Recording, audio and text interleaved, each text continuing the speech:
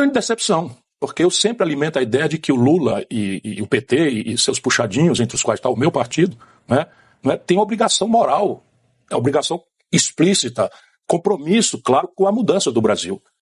Aí está aí agora a imprensa inteira a serviço da propaganda do governo, ou descuidada, que eu sei que tem muita gente equilibrada, mas descuidadamente passa celebrando o nosso superávit primário, aliás, o terceiro maior superávit primário do mês de janeiro. Sabe quais foram os dois maiores? 2021 e 2022 com Bolsonaro. Compreende? É tudo mentira, cara. Tudo mentira. A economia brasileira está paralisada, está estagnada. Chama de Mindau! Em entrevista à CNN, Ciro Gomes detona Lula e o seu atual mandato, expondo mentiras contadas em pesquisas e em entrevistas ou propagandas do governo, faz comparações com o governo Bolsonaro, elogia alguns pontos da gestão de Bolsonaro, deixa claro que não será mais candidato a nenhum cargo político, fala que Lula está velho e expõe com firmeza os seus ideais, comparando-os com os ideais de Lula e Bolsonaro. Ele também detona a economia atual do Brasil e como o governo está deixando ainda pior, depois de terem assumido o mandato com 52 bilhões de reais na economia deixado por Bolsonaro e no primeiro ano já terem feito um rombo de mais de 200 bilhões de reais. Ele também defende que Bolsonaro tenha um julgamento justo. Vamos conferir. Exatamente sobre economia, né? Comecinho de 2023, uma expectativa de que o Brasil não cresceria. O Brasil cresceu 3% no ano passado. Vamos examinar a inflação... isso? Não, a gente pode examinar. Não tem ninguém mais crítica do que eu, né, governador? Tem o agro puxando muito o negócio. Agora, em 2024, inflação menor, renda crescendo. Os dados do IBGE estão aí, não sou eu que estou dizendo. A renda cresceu, a inflação diminuiu, os juros já estão em queda e vão continuar caindo. Podemos discutir o nível, em que medida, em que intensidade, mas o fato é que está acontecendo. E o Brasil deve entrar, e há uma discussão se o país tem uma maior capacidade de crescimento. O que o senhor reconhece de avanço dos fatos e dos dados que estão disponíveis sobre a economia brasileira? Eu vou fazer aqui um argumento radical só para tentar colocar todos os do povo na nossa conversa. Se, teoricamente, isso é uma aberração que eu vou falar, nós matássemos todo mundo do mercado brasileiro, 100%. Amanhã, uma bomba H aí, uma coisa matou todo mundo. Qual seria a inflação? Zero. Por definição. Então não precisa exagerar. O que é que nós estamos fazendo? Qual é a natureza da inflação brasileira? Eu sei porque eu ajudei a fazer o Plano Real. Isso ainda é uma inerência do Plano Real. A inflação brasileira, que nós anotamos recentemente, é uma inflação de custos. Por quê? Porque nossos preços estão completamente indexados a câmbio, a dólar. Qual é o efeito da taxa de juros sobre 1/3 do IGPM ou 1/3 do IPCA, que são preços administrados pelo governo? Vamos lá. Qual é o efeito da taxa de juros do seu Campos Neto, nomeado pelo Bolsonaro e mantido pelo Lula e pelo PT? Por um Banco Central independente. Onde é que já se viu isso? É outra rendição do Lula e do PT. Só que lá na lei complementar de autonomia do Banco Central, feita uma votação inconstitucional, virtual, em plena pandemia, tocada pelo Lira, Arthur Lira, em plena pandemia, numa votação virtual, ainda assim está previsto lá, no artigo 5º da 179, que é a lei complementar que criou, só no Brasil o Banco Central é desse jeito, só no Brasil, porque o FED norte-americano é mandatado por um mandato duplo, perseguir a menor inflação a pleno emprego. O povo foi na onda de uma certa elite para quem a política é uma irrelevância. Então a política para os barões do mundo artístico, do mundo dos intelectuais, eles não querem nem saber, estão todos no plano de saúde, se lixando para a saúde pública, estão todos na mensalidade escolar para os filhos, se lixando para a educação pública, e esses assuntos são os que me comovem. Todos estão na segurança privada, carro blindado, condomínios, né, armados até os dentes e tal, e a segurança pública é um desastre no Brasil. E essa elite toda foi, né, na onda, sabe, de uma polarização que é tudo mudar para que nada mude no Brasil. Me desafie para dizer assim, mas não mudou, o Lula não mudou tal coisa em relação ao Bolsonaro, não mudou nada. É chocante o que eu estou dizendo. Desde os dados graves da economia, superávit primário, meta de inflação, câmbio flutuante, autonomia do Banco Central. Já vamos entrar nesse tema. Justo ou não, correto ou não, qual é a diferença no manejo do modelo econômico que o Lula pratica e o Bolsonaro? Se um marciano, um amigo imaginário que eu tenho, passou aqui no ano passado, em 2022, e viu aquela guerra civil quase iminente no país, e passa agora, a emenda do relator está igual, a roubalheira na relação corrupta e fisiológica com o Congresso, igual com as mesmas pessoas. Sabe? Isso que te desiludiu, que te faz desistir? a prostração da sociedade civil brasileira a isso. Eu não desisti, eu fui desistido. Então eu estou lutando por outras lógicas. Eu só não quero submeter mais minhas ideias a um processo eleitoral viciado. Então, só que fique muito claro, o senhor não é candidato à presidência da República. Não pretendo mais ser candidato a nada. Não pretendo mais ser candidato a nada. Não mesmo. Vou ver se consigo. O senhor já começou a fazer uma crítica em relação ao governo de Luiz Inácio Lula da Silva. Como o senhor resumiria o governo até então? Uma grande decepção, porque eu sempre alimento a ideia de que o Lula e o PT e seus puxadinhos, entre os quais está o meu partido, tem obrigação moral, obrigação explícita, compromisso, claro, com a mudança do Brasil. Veja bem, nós entramos na Corte Internacional de Haia acusando o Bolsonaro de genocídio da comunidade Yanomami.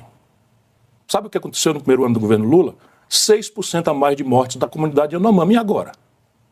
Aí está aí agora a imprensa inteira a serviço da propaganda do governo, ou descuidada, que eu sei que tem muita gente equilibrada, mas descuidadamente passa celebrando o maior superávit primário, aliás, o terceiro maior superávit primário do mês de janeiro. Sabe quais foram os dois maiores? 2021 e 2022 com Bolsonaro. Compreende? É tudo mentira, cara. Tudo mentira. A economia brasileira está paralisada, está estagnada. Então vamos lá, o que está errado na economia brasileira? Você tem, primeiro, uma fração importante dos índices de preço no Brasil são preços administrados pelo governo, que os americanos não sabem o que é isso. Chicago não entende o que é isso, vai me perdoar. Chicago não sabe que a Petrobras resolve fazer o seu preço. E qual é o efeito da taxa de juros? Pelo amor de Deus, Thaís, sobre um preço que o governo faz. Então a Enel, agência cooptada pelo setor elétrico, que está de cabeça para baixo, para usar a expressão do próprio presidente do administrador do sistema, do ONS, também a Enel dá 35% de tarifa no Ceará e o Banco Central nota isso, um efeito disso no IPCA. Qual é o efeito disso da taxa de juros? Aí depois você tem um preço de commodities globalmente inflados pelas tensões da Ucrânia. Pelo amor de Deus, me explique qual é o efeito da taxa de juros sobre um preço de soja que subiu na Bolsa de Chicago. Você não percebe a grosseira fraude que está aí? Se a gente quiser discutir verdadeiramente o assunto... Mas isso é explicitamente, né? Não é, porque a lógica de taxa de juros baixar a inflação é quando você tem uma inflação de demanda. Ou seja, eu tenho mais gente podendo e querendo comprar do que oferta de produtos. Sabe qual é a taxa de ociosidade da indústria brasileira há 20 anos? Entre 20% e 15%. Então nós temos uma capacidade instalada ociosa e estamos atirando em demanda. Sabe o que é isso? Isso é uma sequela. Nós acabamos a indexação com o Plano Real, lá atrás, as moedas indexadas, e demos à banqueirada juro. Então nós estamos indenizando qualquer risco inflacionário com juro pago pelo povo. Sabe quanto foi a conta? No primeiro ano do governo Lula, recorde histórico de 718 bilhões de reais de juro. E isso não é a falta de austeridade fiscal, não. Esse dinheiro sai do mesmo bolso que não sai para a saúde, que não sai para a segurança, que não sai para a educação. E é isso? O PT, a esquerda, o PSOL, você percebe o PDT, o meu partido, nós estamos dizendo amém a isso. Alô, Luciana Genro, tenha paciência. Comigo não, Violão. O senhor escreveu elogiando a política industrial que foi recém-lançada pelo governo. Procurou a Luiz Mercadante, presidente do BNDES, e depositou ali alguma esperança de que ela dê certo. Por quê? Porque é um conceito. A esquerda petista e seus puxadinhos, para não ser incoerente, né? Mas quando eu falo puxadinho, eu estou pensando no PSOL. Sabe, o discurso de PSOL, o discurso de PT, sabe, de progressismo e tal, em cima da cripto-reacionarismo que rege a economia brasileira, é uma coisa que destrói na cabeça do povo. Nós estamos deixando um buraco na cabeça do povo brasileiro e daqui a pouco o bolsonarismo, sem o Bolsonaro, vai comover essa gente. Pelo buraco moral, intelectual que nós estamos produzindo, desertando da tarefa histórica de uma força progressista que é organizar o ideal. Sabe, a realidade tem suas complicações, suas condicionantes, ok, mas a gente organiza o ideal, organiza a luta, ativa a política, senão qual é o sentido? A gente vai lá para dourar a pílula, para curar a ferida com um band-aid e com o cancerzão correndo para metástase. Então, por que política industrial? Porque neoliberalismo não é um palavrão. O PT, para denunciar o neoliberalismo, fala do neoliberalismo como se fosse um palavrão. E não é um marco de economia política. Quanto é que o Brasil vai embotar na superação do retardo tecnológico extenso, que é uma das razões da nossa incapacidade de competir no nosso mercado e em terceiros mercados? Sabe quanto é que eles botaram para fazer? 300 bilhões. Sabe quanto é que o BNDES aplicou durante o período Bolsonaro, para a gente esculhambar logo aqui, com o indizível Bolsonaro, o canalha Bolsonaro, quer que eu diga mais o quê? Mais do que isso. Por quê? Porque eles só fizeram empacotar os dispêndios médios do BNDES e anunciaram como coisa nova. Então, você está falando que a ideia é boa, mas a execução... Não vai acontecer nada. Vamos lá, o desenrola. Todo mundo que me acompanha sabe que eu transformei a denúncia da inadimplência das famílias brasileiras num problema de macroeconômico. Você com inadimplência de 72 milhões de pessoas humilhadas no Serasa e SPC, você não tem como alavancar uma das ferramentas do crescimento econômico, que é o consumo popular. Pois bem, eles pegaram a ideia, empacotaram de forma... estatizaram o risco, que eu não faria jamais, e na hora disso transformaram valores que valiam 10% da dívida, porque é o desconto que você consegue no leilão do Serasa sem o governo ajudar, e fracassou. Por quê? Porque o governo não tem dinheiro para botar 70 bilhões de reais no fundo garantidor. Tudo mentira, cara. Desculpa. Tudo mentira. Uma ideia boa, desmoralizada. A ideia boa. Sabe o que eles fizeram agora? Eu vou dizer aqui para todo mundo ver. Não sai na imprensa. Sabe esses 93 bilhões de reais desse pulso de bom pagador? Estranho, né, não? O Lula e o PT e o Haddad sem dinheiro para nada, corta daqui, corta dacolá, confusão, de repente resolvem pagar o calote dos precatórios do Bolsonaro, 93 bilhões de reais. Eu digo, opa, como eu conheço a vida? Sim, cara, e aí tem. Fui atrás e achei, sabe o que é? Eles venderam os precatórios para bancos, poucos bancos, 2 bancos, que compraram esses precatórios com deságio de até 50%. Quem venderam? O governo, Lula. Isso é uma falcatrua maior do que o Mensalão e do que o Petrolão juntos. Alguns assessores que dizem que Luiz Inácio Lula da Silva está disposto a conversar com o senhor. Já houve algum aceno? O senhor está disposto a sentar com o presidente da República? Olha, você imagina se eu não estou disposto. Eu converso até com o Satanás, se o assunto for a obra de Deus. Compreende o que eu estou querendo dizer? O Satanás está a fim de se reconverter, precisa de uma conversa com esse próprio pecador aqui, para fazer, voltar para a obra de Deus, estou pronto. Agora, para fazer balé, sabe, conversa fiada, sabe, esse negócio de encantador de serpente, eu já conheço. O Lula ficou velho, cansado, está falando muita bobagem, sabe? Ele gosta de cooptar todo mundo. Só que esse aqui ele não conseguiu. Veja, a grande tragédia é que as minhas ideias, no simbólico, sem profundidade nenhuma, estão absolutamente usurpadas pelo Lula e pelo PT. Então o discurso de centro-esquerda, que é... Porque são boas? Na retórica, política industrial é uma coisa muito boa. Prioridade para a ciência e tecnologia é uma coisa muito boa. Então eu quero saber na prática, como faz? Qual é o orçamento, qual é a meta, qual é o objetivo, qual é o prazo, quem vai fazer? Você sabe, tem 14 mil obras paradas. 93 bilhões de reais de precatório para um banco ganhar dinheiro, dava para terminar todas as obras paradas, com efeitos estratégicos para a logística brasileira. Isso não tem lógica de nada. O país que tem a matriz energética mais limpa do mundo, de base hidráulica, quase metade, amortizou quase todas as suas grandes barragens, devia ter tirado esse peso de amortização das costas do consumidor brasileiro e da economia brasileira. Estão pagando as tarifas mais caras do mundo. Você percebe, se a gente esculhambar o Bolsonaro por isso, estamos chovendo no molhado. E nós? E nós estamos fazendo o quê em relação a seja qual setor? Vamos lá, eu estou falando de setor elétrico, estou falando do investimento em ciência e tecnologia, estou falando da questão da desindustrialização do país, estou falando da questão da infraestrutura do Brasil. Aí você diz, o emprego em alta, é tudo mentira. É tudo mentira você considerar que um cidadão que está trabalhando no Uber ou como entregador do iFood está empregado, isso é uma grande fraude. A informalidade no Brasil já alcança 60, 70 milhões de pessoas. Sabe o que significa isso? Daqui 20 anos tem 50 milhões de velhinhos descobertos de qualquer cobertura previdenciária e lá não terá mais solução. Então, quem é que pensa no futuro no mundo? É a esquerda. É o pensamento progressista. Quem é que se preocupa com a humanidade? Não é a direita selvagem, patológica que nós temos no Brasil, não. E o que é que nós estamos fazendo em relação a isso? Veja, quando eu rompo, porque quando eu faço tudo para que eles cresçam, uma das coisas que eu tenho que fazer é sumir. Nunca aceitei esse grau de recurso contra a decisão, senão não nasce uma liderança. Como o Lula nunca deixou nascer uma liderança perto dele. Me diga quem é o segundo petista. O Haddad, que era o cara que tinha perdido a eleição para a reeleição de São Paulo, que é um pau-mandado. A Dilma, que vinha de ser do PDT, sem tradição nenhuma e tal, para ele continuar mandando. Isso é uma estratégia de coronel que eu tenho um horror a isso. E lá no Ceará nós temos um trauma com isso. E a turma do Bolsonaro ainda me chama de coronel, né? Então eu resolvi não ser candidato e me transformei em inelegível, porque o meu irmão, sendo governador, eleito e reeleito, eu não posso ser candidato a nada lá no Ceará. E o Tasso dizia, mas você está louco? Com 50 anos de idade? Não, pai, isso não dá vez às outras pessoas. O senhor acha que Jair Bolsonaro será preso? Vai ser. Mas eu espero que com a prudência e a franquia que ele tem direito, como qualquer bandido, mesmo que seja uma pessoa como ele, qualquer bandido tem direito a devido processo legal. E se o Supremo, por estrelismo, continuar fazendo bobagem, monocrática, decisões precárias, vai só cevar o argumento que cada vez mais faz ilegítima na opinião pública a sua conduta. Então o que tem que ser feito? Assegurar ao Bolsonaro ampla, total e irrestrita defesa, presumi-lo inocente, que é do devido processo legal, garantir todos os recursos e só com uma condenação coletiva e definitiva, com trânsito em julgado, e pagar seus gravíssimos crimes. Como é que o senhor vê a legitimidade reconhecida ou percebida pela população brasileira do processo sendo conduzido pelo STF?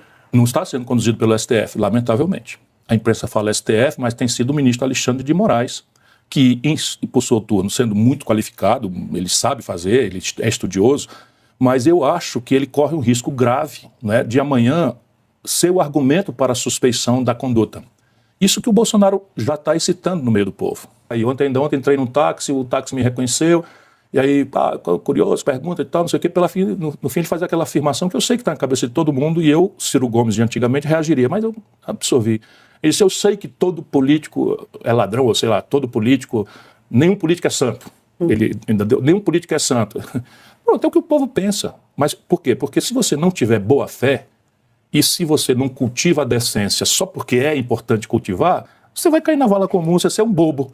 Minha mulher de vez em quando diz assim, a gente com dificuldade me condeno aqui para pagar indenização ao Collor de Mello, condenado a 9 anos de cadeia, e eu estou obrigado a indenizar por dano moral, porque critiquei o Collor fazendo o meu exercício de político, o que é pacífico na legislação, o que é pacífico na jurisprudência. O Tribunal de São Paulo me condena a pagar uma indenização completamente criminosa, quase R$1 milhão que eu não tenho. Aí minha mulher dizendo, tá vendo? A bobagem que você fez, renunciou a 3 pensões, 3 aposentadorias, porque eu fiz isso. Ex-governador, ex-prefeito, ex-deputado, tinha direito a essas imoralidades do Brasil, essas 3 aposentadorias, e eu não renunciei agora, não renunciei na data. Mas assim, é de boa fé, eu não quero, que moral eu teria de estar falando o que eu falo aqui se eu tivesse sustentado pelo povo do Ceará com 3 aposentadorias. Mas eu, hoje, faz falta, os remédios estão caros para valer. Mas a nossa emergência de reconversão não pode abandonar o fato de que o Brasil tende a ser um dos maiores produtores de petróleo do mundo, ainda por 30 anos. E aí nós estamos virando aquilo que é o projeto Lula-PT para o Brasil, um exportador de óleo bruto, de produto barato, sem valor agregado, e um importador de produtos industrializados. Tenha santa paciência.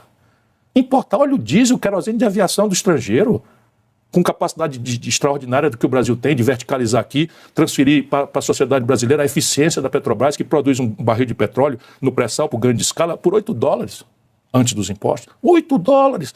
Aí estamos obrigando o povo brasileiro a pagar 80, porque a Rússia invadiu a Ucrânia. Tenha paciência, percebe? O Brasil que a gente pode ser não tem limite. Agora repare, a Amazônia.